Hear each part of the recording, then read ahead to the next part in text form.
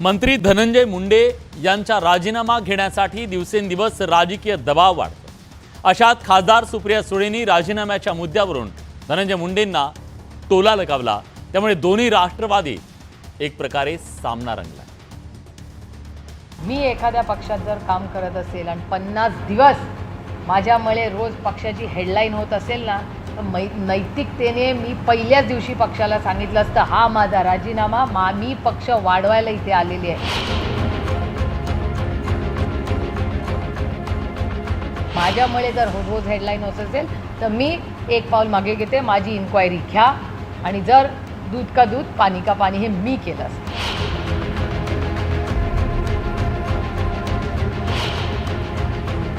अन्न व नागरी पुरवठा मंत्री धनंजय मुंडेंच्या राजीनाम्यासाठी विरोधकांनी रान पेटवलं असताना आता एकेकाळच्या सहकार्यानेही त्यांना घेरायला सुरुवात केली आहे। त्यामागचं कारण म्हणजे गेल्या काही दिवसापासून संतोष देशमुख हत्ये प्रकरणावरून राजकीय वातावरण ढवळून निघालं। या प्रकरणातील आरोपी वाल्मिक कराडची धनंजय मुंडेंशी असलेल्या जवळीकीची प्रसार माध्यमातून चर्चा होती। तसंच रोज या प्रकरणात नवनवे खुलासे होत आहेत। कधी कराडची संपत्ती, कधी कराडच्या दहशतीवरून आरोप केले जात आहेत आणि याच मुद्द्यावरून आता खासदार सुप्रिया सुळेंनी धनंजय मुंडेंवर निशाणा साधलाय। मी एखाद्या पक्षात जर काम करत असेल आणि 50 दिवस माझ्यामुळे रोज पक्षाची हेडलाईन होत असेल ना, तर नैतिकतेने मी पहिल्याच दिवशी पक्षाला सांगितलं असतं, हा माझा राजीनामा, मी पक्ष वाढवायला इथे आलेली आहे, पक्षाला अडचणीत आणण्यासाठी नाही। माझ्यामुळे जर रोज हेडलाईन होत असेल तर मी एक पाऊल मागे घेते, माझी इन्क्वायरी घ्या आणि जर दूध का दूध पाणी का पाणी हे मी केलं। मसाजोगचे सरपंच संतोष देशमुख हत्ये प्रकरणी वाल्मिक कराड आणि त्याच्या साथीदारांवर पोलिसांनी मकोका अंतर्गत कारवाई केली, तर वाल्मिक कराडशी असलेल्या संबंधांमुळे धनंजय मुंडे विरोधकांच्या निशाण्यावर आलेत।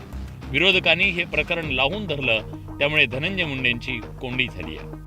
जी गोष्ट घडली आहे त्या घटनेच्या बाबतीत मी जे बोललोय ते अतिशय प्रामाणिकपणाने बोललोय।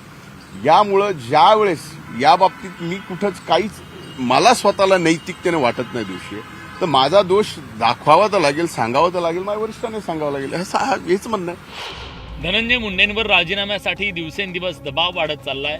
महायुतीतल्या मित्रपक्षांच्या काही आमदारांनी विरोधकांच्या सुरात सूर मिसळला, त्यामुळे मुंडेंची चहूबाजूनं कोंडी झाल्याचं पाहायला मिळालं। वाल्मिक कराडशी असलेल्या संबंधांमुळे मुंडेंना संतोष देशमुख हत्ये प्रकरणाचे चटके बसू लागलेत आणि त्यामुळे धनंजय मुंडे काहीसे बॅकफुटवर गेल्याचं चित्र पाहायला मिळतंय। Bureau report, news 18 Lokmat.